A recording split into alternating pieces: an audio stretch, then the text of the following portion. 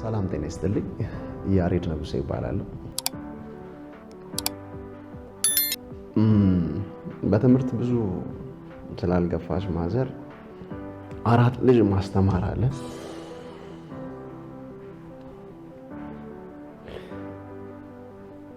አራት ልጅ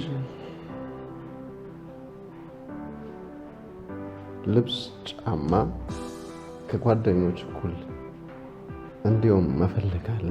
በልጅነቴ ትንሽ አስቸጋሪ ስለነበር በደንብ ተገርፌያለሁ። ናታን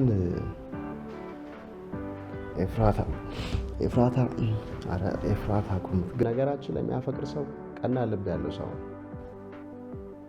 እኔም አፍቅሬያለሁ፣ ተፈቅሬያለሁ።